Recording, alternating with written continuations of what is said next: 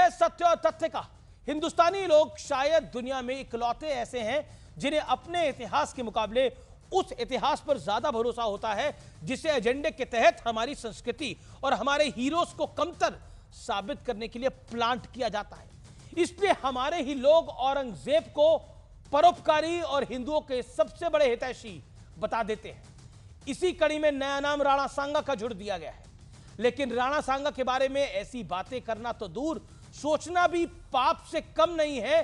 दरअसल समाजवादी पार्टी के सांसद रामजीलाल सुमन ने दावा किया है कि राणा सांगा ने इब्राहिम लोदी को हराने के लिए बाबर से मदद मांगी और उसे भारत आने का न्योता दे डाला। रामजीलाल सुमन ने राणा सांगा को गद्दार तक कह दिया है और श्रीमान अखिलेश यादव ने खुलकर अपने सांसद का समर्थन भी किया है, बचाव भी किया है। सबसे पहले दोनों की बात आप अपने कानों से सुन लीजिए।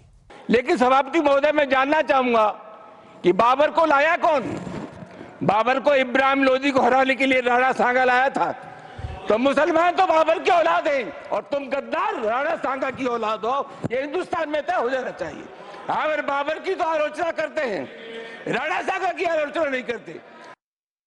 भारतीय जनता पार्टी से पूरे उत्तर प्रदेश की हमारी समाजवादी पार्टी की तरफ से निवेदन है कि इतिहास के पन्ने ना पलटें, क्योंकि इतिहास के पन्ने अगर पलटे जाएंगे तो लोग ये भी याद करेंगे कि छत्रपति शिवाजी महाराज जब उनका तिलक होना था कि पैर के बाएं अंगूठे से उनका तिलक किया गया था।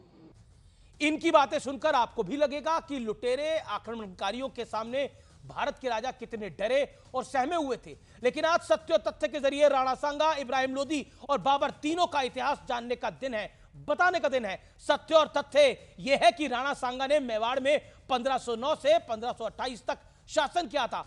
1517 में उन्होंने इब्राहिम लोदी को खतौली में हराया। इसके बाद 1518-19 में उसे धौलपुर में मात दी। 1517 और 1519 में राणा सांगा ने महमूद खिलजी को भी हराया। 1527 में राणा सांगा ने बयाना में उस बाबर को भी हराया जिसके बारे में कहा जाता है कि राणा सांगा लोदी को हराने के लिए बाबर को भारत लेके आया।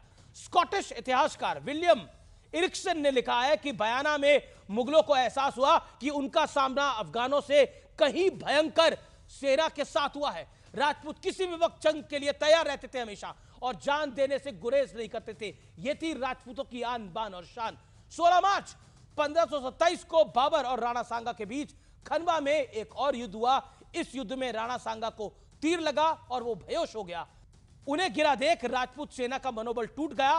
राणा सांगा ने अपने जीवन काल में 100 युद्ध लड़े और बाबर के साथ इस आखिरी लड़ाई में के अलावा उन्होंने हर युद्ध जीता। खनवा में युद्ध में उन्हें 80 घाव आए थे। इससे पहले उनकी एक आंख जा चुकी थी, एक हाथ और पैर भी नहीं था। इसके बावजूद उसका पौरुष देखिए। उन्होंने 100 युद्ध लड़े, लेकिन हमारे लोगों को तो वो इतिहास पसंद है जिसे गुलामी की मानसिकता फैलाने के इरादे से लिखा गया है। लेकिन आप लोग इस ट्रैप में मत फंसिएगा। सही किताबें पढ़िए और अपने बच्चों को सही ज्ञान दीजिए और अपने शूरवीरों पर गर्व करिए, अपनी हिस्ट्री पर, अपने इतिहास पे गर्व करिए। राणा सांगा महान थे, हैं और सदैव रहेंगे। और जो उनको गद्दार कह रहे हैं उनको ना इतिहास का पता है ना अपना पता है।